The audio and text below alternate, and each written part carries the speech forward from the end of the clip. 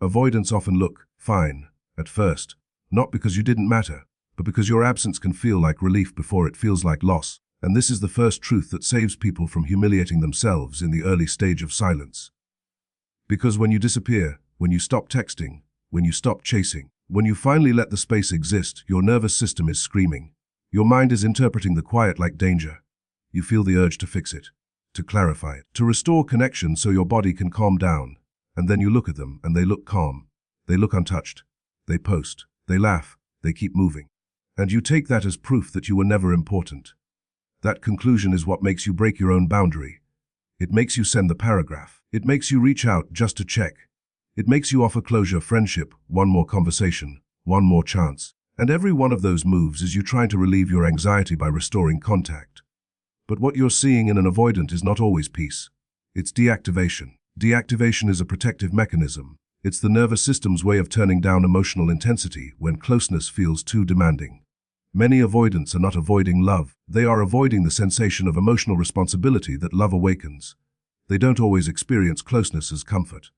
They often experience it as pressure. Pressure to communicate, pressure to be consistent, pressure to meet needs, pressure to explain themselves, pressure to be accountable. And when that pressure is removed, their body feels a sense of relief, like they can breathe again. Not because you were a burden as a person, but because intimacy itself activates fear inside them. This is the part that feels brutal, but it's true. Your absence can give them a temporary sense of freedom. It can feel quieter. It can feel simpler. It can feel like there are no expectations waiting for them. And if you interpret that relief as, they never cared, you will misread the entire dynamic. You will think love is proven by immediate distress. But avoidants often don't show immediate distress, because their defense system is doing its job. Their mind says it's fine, I'm fine, I didn't need that anyway. Their body says space equals safety. So they look calm. And the reason this is so important is because it explains why your first silence is often met with more silence. You expect them to panic. You expect them to chase. You expect them to suddenly realize your value. But an avoidant's first reaction is often to enjoy the reduction of emotional demand. That's why people break no contact too early. They're waiting for a reaction that isn't coming yet. They think if it was real, they'd fight now. But avoidants often don't fight now, because now feels like relief. Here's what's really happening beneath the surface. In the beginning, your absence is experienced as the removal of pressure, not the removal of love. It's like someone taking weight off their chest. They can finally regulate. They can finally return to their default identity, independent, self-contained, in control. And because control is their version of safety, they interpret that as better. That's why they can look happier. That's why they can look fine. They're not always fine, but they're regulated. And regulated can look like happiness. But relief is not the final stage. Relief is the first stage. Relief is what happens when the nervous system gets space. Loss is what happens when the heart realizes the space isn't temporary. This is where your viewer needs a reframe. You are not watching the truth of their feelings. You're watching the timing of their coping. Avoidants often feel their emotions later. They feel them when distractions fade, when quiet hits, when they notice your presence is not accessible anymore, when the idea of you becomes real, because you are no longer there to reassure them. That's when the loss begins to land. But it rarely lands in the first days when their body is still enjoying the calm. So if someone is listening to this and thinking, they didn't care because they look fine, I want them to hear this clearly. Their early calm does not measure your value. It measures their defense system. It measures their relationship to pressure. It measures their habit of self-protection. And if you respond to their early calm by chasing, you only strengthen the dynamic that made them avoid in the first place. You teach them that silence will be repaired by you. You teach them that they don't have to take emotional risk, because you will always bridge the gap. You teach their nervous system that the cost of distance is low, because you will pay it. This keynote is the doorway to real power, because it helps you stay steady in the phase where most people collapse. When you understand that your absence can feel like relief before it feels like loss, you stop looking for immediate proof. You stop measuring your worth by their first reaction. You stop breaking your own boundary because you didn't see panic. And you start letting time do what time does best, reveal reality. Because relief is temporary. It's the first inhale. The deeper exhale comes when they realize you're not coming back to soften the consequences. And if you hold your silence with dignity, you allow the second stage to happen, the stage where your absence stops being comfort and starts being consequence. Your absence hits hardest later, not sooner. And this is the part almost no one understands while they're living inside the silence. In the beginning, you're counting days. You're checking your phone. You're replaying conversations. You're wondering if they even noticed you're gone. And because avoidants don't usually react immediately, your mind fills the gap with the most painful explanation: that you were easy to lose, that you didn't matter, that they've already moved on. But what you're really witnessing is not indifference. It's delayed emotional processing. Avoidants are wired to push feelings away before they let them in. When something ends, especially something emotionally intense, their first instinct is to compartmentalize. They put the relationship in a mental box and close the lid. They focus on work, distractions, routines, anything that keeps them from sitting still with emotion. This isn't because they're heartless. It's because sitting with emotion feels unsafe to their nervous system. So in the early stage of your absence, they're not moving on, they're postponing feeling. And that's why your silent staying consistent is what changes everything. At first, they assume you'll be back. Most avoidants are used to a familiar rhythm. Distance happens, tension rises, you reach out, the connection resets. Even if they never say it out loud, they rely on that pattern. It keeps them comfortable. It allows them to pull away without fully losing you. So when you go quiet, they interpret it as temporary. They think you're cooling off, regaining balance, waiting. They don't feel urgency yet, because urgency only comes when access feels threatened. But then time passes, and you don't reach, and that's when their internal world starts to shift. Because now, your absence isn't just space, it's a break in the pattern. The routine they depended on is gone. The reassurance they unconsciously expected isn't arriving. The silence stretches, and with every day it stretches, the story in their head changes. It moves from, they'll be back, to, they might actually be gone. That's when uncertainty enters their nervous system. And uncertainty is deeply uncomfortable for avoidants, because uncertainty removes control without offering emotional closeness. This is the moment your absence begins to land emotionally. They start thinking of you in ordinary moments. Not the dramatic ones, the quiet ones: driving, cooking, lying in bed, waiting in line. Moments where there's nothing to distract them. That's when the mind reopens the box they tried to seal. And when it opens, it doesn't open gently. It opens with contrast. The contrast between how it felt when you were there and how it feels now that you're not. And because avoidants feel lost later, not sooner, the emotional weight often arrives after the silence has become undeniable. This is also why their reactions can look confusing. One day they seem fine. The next day they feel unsettled. They might suddenly check your social media. They might replay conversations. They might feel irritated for no clear reason. They might feel lonely even around other people. They might start comparing others to you without wanting to. None of this means they're consciously deciding to miss you. It means the absence is doing its work in the background. Your consistent silence removes the illusion of control. As long as you're reachable, even if you're hurt, they feel in control of the distance. They know they can come back when they want. They know the door is unlocked. But when your absence stays, something shifts. The door starts to feel closed, not because you slammed it, but because you stopped standing in it. And that creates a feeling avoidants are not good at tolerating loss of access. This is when obsession can begin, not romantic obsession necessarily, but psychological fixation. The mind starts scanning for how to restore balance. They think about whether they should reach out. They debate it internally. They rehearse messages. They argue with themselves. They imagine different outcomes. They circle. This internal tug of war is exhausting, and it only happens when the absence feels real, not performative. That's why breaking silence too early robs the process. When you reach out to relieve your anxiety, you reset their sense of safety. You confirm the old pattern. You tell their nervous system, I'm still here, you didn't really lose me. And the moment that happens, the emotional urgency collapses. The feeling that was building dissolves. The consequence disappears. So the second keynote is about patience with purpose. It's about understanding that the impact of your absence is not measured in hours or days, but in consistency. Not dramatic silence, but steady silence. Not punishment, but presence withdrawn with dignity. When your absence remains calm and unchanged, it becomes undeniable. It stops being a tactic and starts being reality. And reality is what finally reaches an avoidant. Because only when they realize you're not returning to carry the emotional weight do they start to feel the weight themselves. Only when your silence becomes the new normal do they have to sit with what they lost. And that's when your absence stops feeling like freedom and starts feeling like consequence. It flips the moment your absence stops feeling temporary in their mind and starts feeling like consequence. And that shift is the turning point that changes an avoidant from calm to restless. Because as long as they believe you're still emotionally available, even if you're quiet, they don't have to face anything real. They can tell themselves you're just upset. They can tell themselves you'll reach out eventually.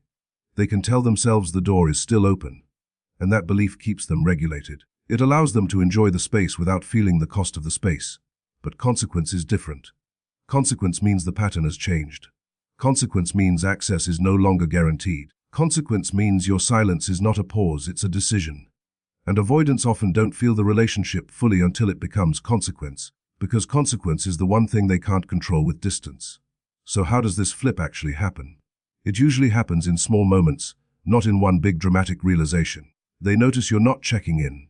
They notice you stopped reacting to their posts. They notice your energy is gone. They hear from someone that you're doing fine. They see you looking calmer, different, unbothered. They send a small test and you don't respond the way you used to.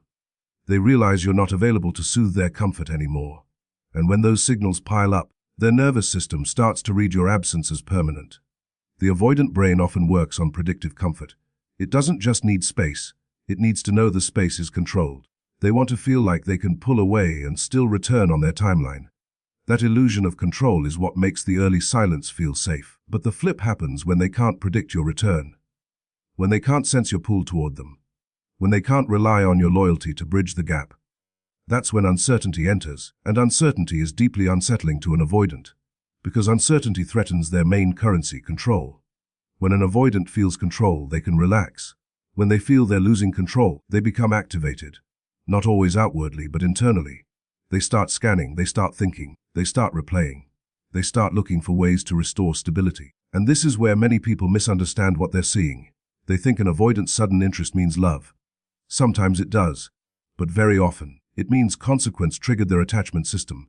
It means the safety of having you, standby, just disappeared. This is why your absence can feel like rejection to an avoidant. Even if you never meant it as revenge, your steady silence can land like a statement. You don't get access anymore. And that feels like being cut off from something they assumed was theirs.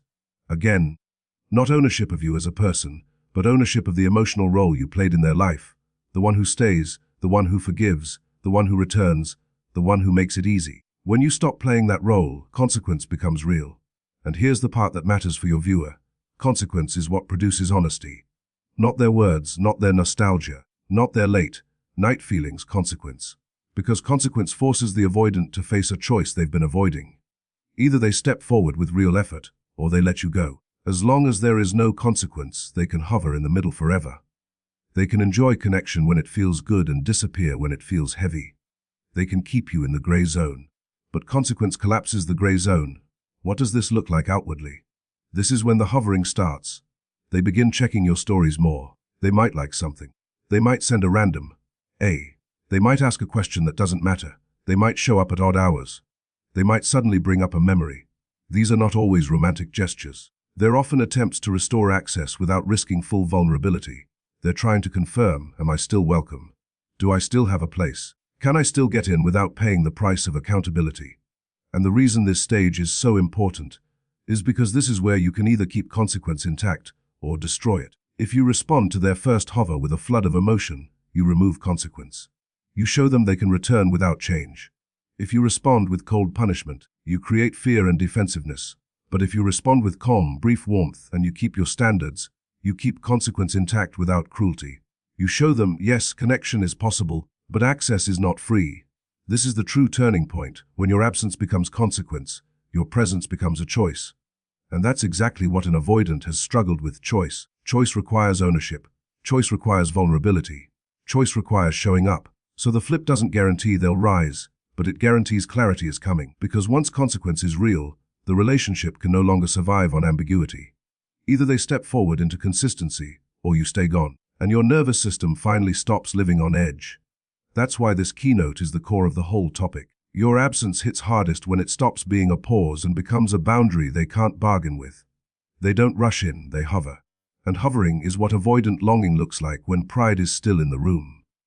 This is the stage where your absence is already hitting them, but their ego is still negotiating how exposed they're willing to be. So instead of a direct reach out, you get the half steps, the story views, the likes, the late night the random check-in, the memory drop, the sudden appearance around the edges of your life. And if you don't understand hovering, you'll either overreact and collapse your boundary, or you'll misread it as nothing and miss what it's actually revealing. Hovering is a low-risk approach strategy. It allows them to feel close while staying protected. It's not always a calculated game, it's often an instinct. Their attachment system is activated by your absence, but their fear system is activated by the idea of direct vulnerability. So the compromise is indirect contact. Indirect contact is safe. It gives them deniability. It lets them test your openness without risking rejection. Story views are the simplest version of hovering. They can see you without speaking. They can feel connected without committing. They can watch your mood, your energy, your life. They can check if you seem happy, if you seem hurt, if you seem available. The reason this matters is because avoidants often manage their emotions through information. Information creates control. If they know what you're doing, they feel less uncertainty. And uncertainty, especially uncertainty about whether they still have access, is what makes them restless. Likes and reactions are the next step. They're slightly more visible. They're just enough contact to get your attention, but not enough contact to expose their intention. A like is the perfect to dip. If you respond, they know the door is open. If you don't, they can pretend it meant nothing. If you confront them, they can say, "It wasn't that deep." That's why it's such a common move. It gives them closeness with almost zero emotional risk. Late night, hey, messages are another classic hover. Nighttime is when distractions fade and feelings surface. The avoidance defenses are often softer then, but they still don't want to be vulnerable, so they send something minimal. It's a small knock on the door. It says, "I'm thinking of you," without saying those words. And the danger for you is that you can mistake the knock for a return. You can pour out everything you've been holding in. You can reply with warmth, paragraphs, questions, tears, and then you feel crushed when they disappear again the next day. That's because the late night hover can be driven by discomfort, not readiness. They feel lonely, they seek a hit of connection, they feel relief. And when the sun comes up, their defenses return. Memory drops a more intimate hovering. When they bring up an old moment, a phrase, a shared joke, they're trying to create emotional closeness without fully stepping into accountability. They're letting nostalgia do the work. Nostalgia is safer than repair. Nostalgia allows them to reconnect without having to address what happened. It keeps everything soft and fuzzy. And again, it feels romantic, but it's not proof of change. It's proof of emotional activation. Random check-ins and indirect questions are hovering too. How have you been? You okay? What are you up to lately? These questions often have two hidden goals: check your availability and reduce their uncertainty. They're scanning. Are you still warm? Are you still open? Are you dating someone? Are you moving on? Are you angry? Are you going to flood me with emotion? They're trying to measure risk before they commit to more. So what is hovering actually telling you? It's telling you your absence is no longer neutral to them. It's telling you the connection is active in their mind. It's telling you they're feeling a pull. But it's also telling you they're still afraid of direct exposure. They want access, but they're not yet willing to pay the full price of vulnerability. That's why hovering is not an end, it's a threshold. And here is where your viewers' power lives. The worst thing you can do is reward hovering with full access. If they hover and you immediately give them the full emotional relationship, you remove the consequence that was finally making them feel you. You give them relief. And once they feel relief, the urgency collapses and the old pattern returns. But the second worst thing you can do is punish hovering with cruelty, because then they can justify retreat. See, it's unsafe. The mature response is calm and measured. You acknowledge politely, you don't overinvest, and you wait for clarity. You let them take the next step. Because hovering is a test. It's them asking, without asking, "Do I still have you?" And the healthiest answer is, "You can have access to me only if you can show up with consistency." That's how you turn hovering into truth, instead of turning it into another round of the same cycle. If you flood them with emotion the second they poke the door, they feel relief again. And the motivation to change disappears. And this is the one mistake that turns your powerful absence into free reassurance. Because the avoidance nervous system is not only responding to missing you, it's responding to pressure and control. When your absence finally starts hitting them, it's often because they feel uncertain, they feel the loss of access, they feel the consequence. That discomfort is what pushes them toward you. Not always love alone, but discomfort, uncertainty, and the realization that the pattern has changed. And the moment they reach out, even in a small way, you are standing at a fork in the road. One path keeps the consequence intact and leads to clarity. The other path dissolves consequence and resets the old cycle. Flooding is that second path. Flooding looks like paragraphs, emotional confessions, long explanations, repeated questions, instant availability, instant forgiveness, instant intimacy. Flooding is when your entire heart spills out because you've been holding it in, and you finally have a place to put it. You've been starving for connection, so the moment you get a crumb, your nervous system rushes to eat. And I don't say that to shame you, it's human. It's what anxious attachment does when it's been deprived. It grabs. It clings. It tries to secure the bond fast. But in avoidant dynamics, that instinct can sabotage you. Why? Because the avoidant's early reach out is often a test, not a commitment. It's them checking whether you're still there. It's them taking a small step toward comfort without yet agreeing to the responsibility that comes with closeness. They send hey. They like your story. They ask a casual question. They drop a memory. They hover. If you respond with flooding, you give them the full comfort of reconnection without requiring the full effort of repair. You soothe the exact discomfort that was motivating them to come closer. And once they feel soothed, their nervous system settles. When their nervous system settles, their urgency fades. And when urgency fades, the avoidant returns to the default setting, distance. This is the heartbreaking cycle. They feel uncomfortable, they reach. You flood, they feel safe. Safety turns into relief. Relief turns into retreat. You feel abandoned again, you chase again. And each time you repeat it, your confidence drops a little more. Because you start believing you're the problem, that you were too much, that you scared them away. But the truth is, you didn't scare them by having feelings. You overwhelmed a system that was not ready to hold them. And you removed the consequence that was finally forcing clarity. This is why people feel like avoidants only come back when you're moving on. It's because moving on creates consequence. And consequence creates discomfort. Discomfort creates reach-outs. But if you respond to the reach-out by making yourself fully emotionally available again, you remove consequence, and the avoidant feels relief instead of loss. They don't have to do the hard part. They don't have to apologize properly. They don't have to explain. They don't have to commit. They don't have to change. They just have to show up with a poke, and you do the rest. That's why this keynote is so important. It's not teaching cruelty. It's teaching pacing. It's teaching emotional self-control. It's teaching your audience that the goal is not to punish the avoidant. The goal is to not reward ambiguity. If you reward ambiguity, you get more ambiguity. If you reward breadcrumbs, you get more breadcrumbs. If you reward low effort with high access, you train the relationship to stay low effort. So what should you do instead? You respond, but you don't flood. You keep it brief, warm and steady. You don't ask 10 questions. You don't explain your entire pain story. You don't try to lock the relationship down in one conversation. You answer the message at the level it arrived. If they send hey, you can respond hey, hope you're well. Then pause, let them come forward. If they ask a casual question, you answer calmly, then pause. The pause is powerful because it keeps consequence intact. It gives them space to show intention. It stops you from carrying the emotional weight again. And if they truly want to reconnect, they will step into more. They'll ask to talk. They'll make a plan. They'll address what happened. They'll show effort beyond a poke. But if they only wanted reassurance, your calm response without flooding will often reveal it quickly. Because they will fade once they don't get the full comfort hit. This is the difference between being loving and being available to a cycle. You can be kind without being instantly intimate.